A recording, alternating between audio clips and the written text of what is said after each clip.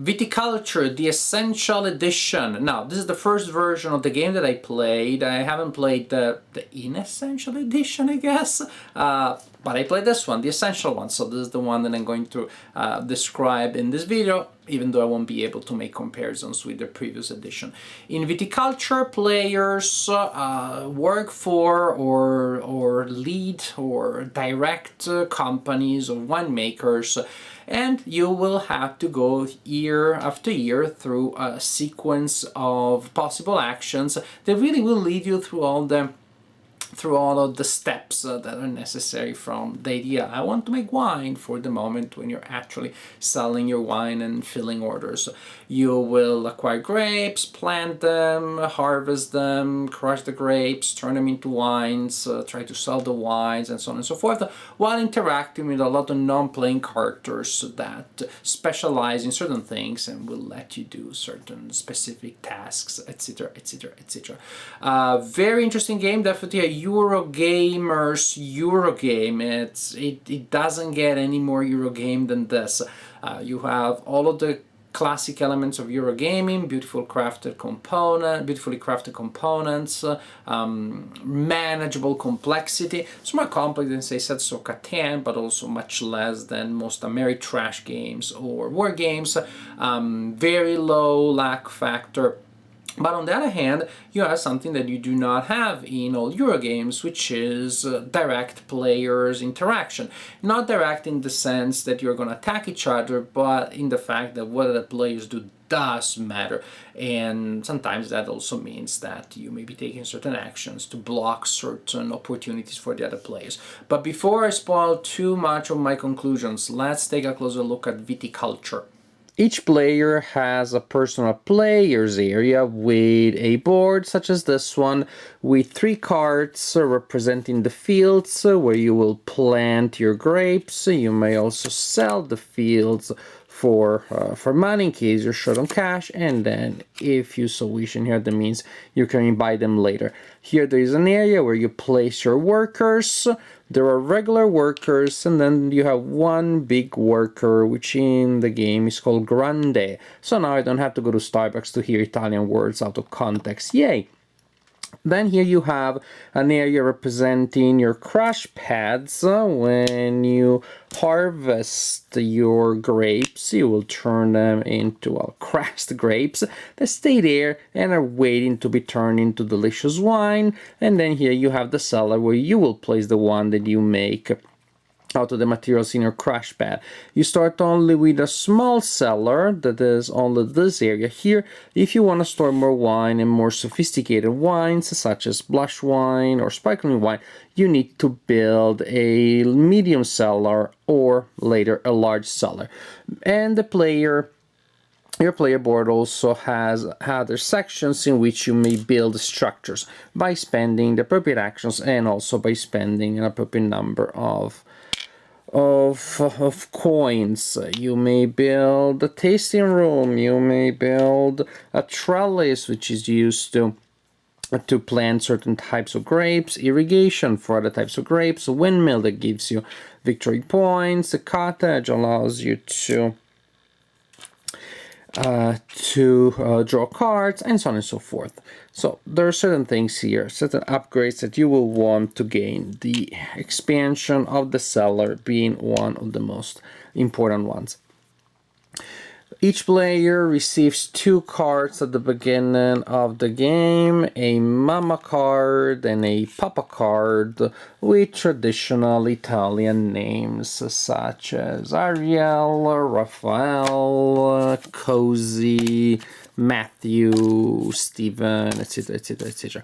Just, I see these names, I feel like I'm in Italy already.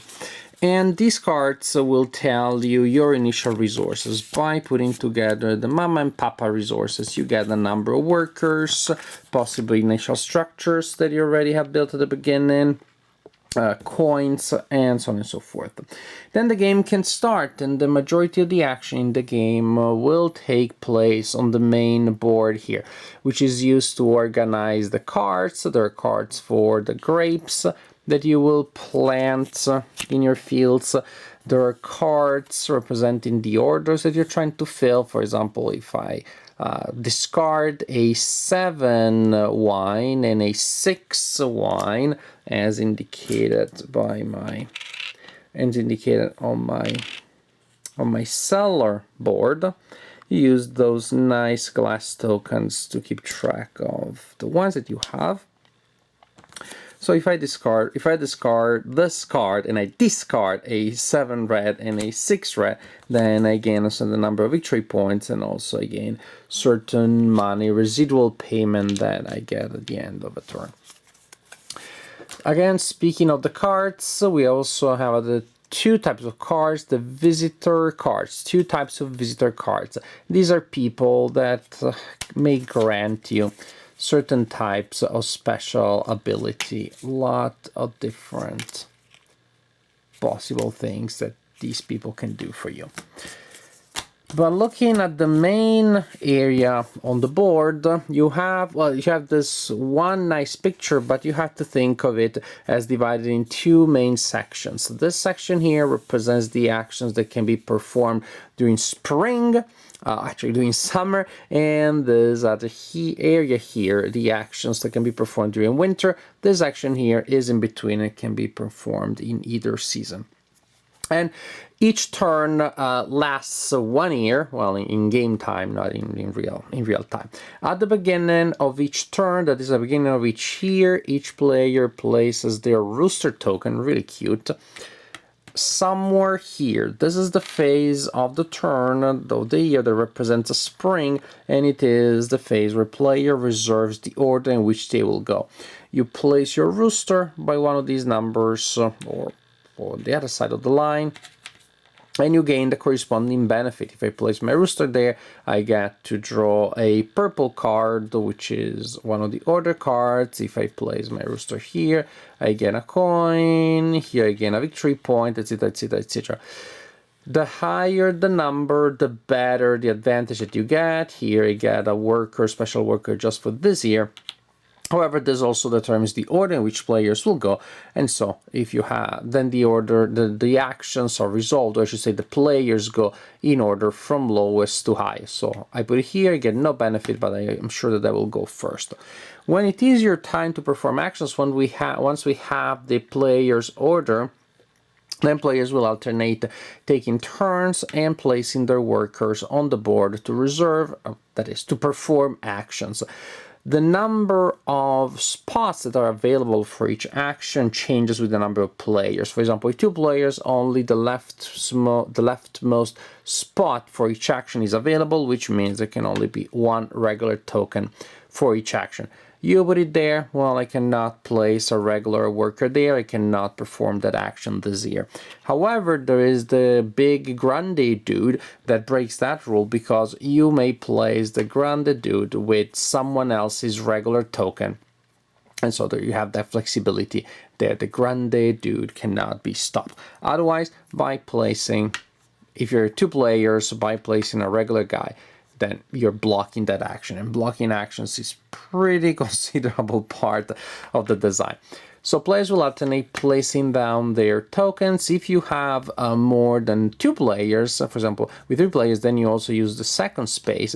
As you can see, there are icons there, because if I place my worker there, then I also get the bonus that is indicated there, such as in this case, for example, drawing a grape card. Planting, drawing a card, and so on and so forth. So, what are the things that you can do with these actions? Here you can, if I put a worker here, I can play a yellow card. If I place a token here, a worker here, I can sell my grapes and or buy or sell one of my fields. Here I get to plant. That means I take a grape from my personal collection, from my personal pool of available grapes, and I can plant it in one of my available fields. The number, each field has a number of maximum value that they can hold. For example, this grape here requires these two structures, has a value of 4, so I'm fine, but I could not add the grapes with value of 3 here, for example. But I could do this, and I would be a maximum capacity. And now every time that I harvest that field, it produces 5 red and white, 1 white in my crush pad. But back to the main actions, I can give a tour of my wonderful viticultural enterprise, and that simply gives me money. I could build a structure, again, by reserving the action and paying the appropriate cost. I can build one of these structures that we saw earlier. Those are the actions for the summer. Then after that we have the fall, which simply is a phase where players get to draw a visitor card, which they add to their pool of available cards, and then we get to the second main part of a turn, which is the winter. Same procedure, we get to place our guys there and to perform the actions that we have reserved by placing our workers in specific areas. Here we get to draw purple cards, which are the orders that we're trying to fill.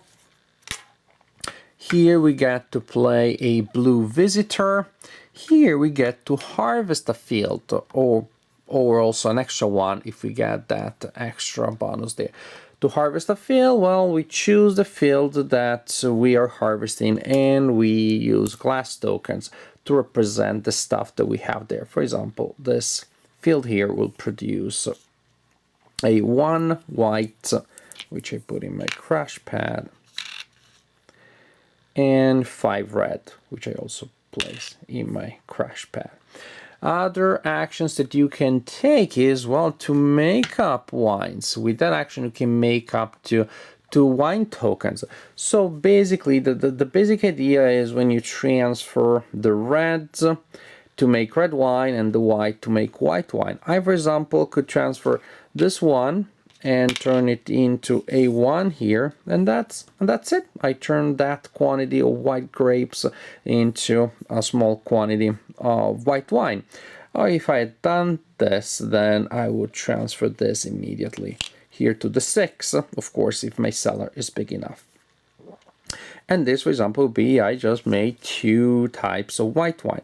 You can also make more complex wines by putting together a white and a red. You make a blush wine. So, for example, if I am combining this white 2 and this red 5, I just made a blush 7.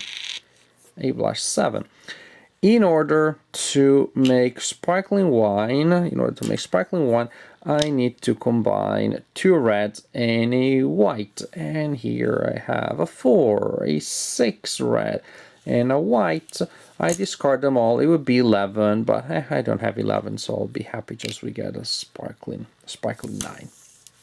That's how you make wine. And why are we making wine? Because we want to sell it. Although like drinking, of course, ungodly amounts when no one is looking. To sell it, we reserve that action. We play the appropriate card. We discard the appropriate card. We discard the appropriate number and type of wines from our cellars, and we immediately score the corresponding number of victory points. And also we get to move our personal token by that number there on the residual payment rondel, which gives us money at the end of the turn. We can also, during winter, pay to train an extra worker, very useful, especially early on in the game. And then we have this action that can be taken during winter or summer, which is simply to gain a coin. If you're taking that action, well, it's better than not to do anything, but probably means that you're not doing all that well. It's an action you should take really when there's nothing else to do. And if you're planning things well, and if you don't get blocked by the players, you should be able to do that. To do better actions than to gain a coin and to use a whole worker like that. At the end of the year, you do a couple of things for upkeeping, the most important of which is to age to age all of the crushed grapes in your crush pad and to age all of the wine in the cellar. So simply you move all of the glass tokens that you have by one spot to the right, up to the maximum available depending on the size of your cellar. That's definitely the most important thing that happens here. You also discard down to 7 cards. Remember, you're collecting cards and playing cards during the game. And the game continues like this. It sounds more complicated than it is because it's so well sequenced with so many different actions that take place one after the other, but in truth it's pretty simple. At the beginning of each year, you select actions here, but you select your spot in the turn order, then you place workers here. You do not get them back at the end of the spring, so you have to budget how many you're saving for the winter. Then you draw a card during the fall, then the winter phase in which you're harvesting, making wine. That's the most exciting part, really. Harvesting, making wine, and filling orders. At the end, you age your things. Continue like this until a player has 20 points. Then each player still will play until everybody gets to have played an equal number of turns. And at the point, the player with the highest total of points is the winner of the game. So, as I said in the introduction, this is a Eurogame, a hardcore Eurogame. It meets all the requirements of a Eurogame while having, as I was saying in the introduction, this very interesting, very effective element of direct interaction. Usually when we talk about direct interaction, it's more like I attack you and you attack me. But here, when you block someone's actions, although it is just a matter of removing a resource from an environment of scarcity, it really does feel like take that / in your face type of thing. It feels almost as direct as you're piling up your cavalry around an enemy of enemy infantry and you're attacking them and outflanking them, etc., etc., etc. It feels that direct. Of course, you should not just go after actions for the sake of it, for the first sake of blocking the opponents, because it is about sequencing your actions. And really, this is something that is interesting in the design. No action per se is particularly relevant, I guess, with the exception of the last one. You had the wine, here is the filling of the order, boom, I done that action.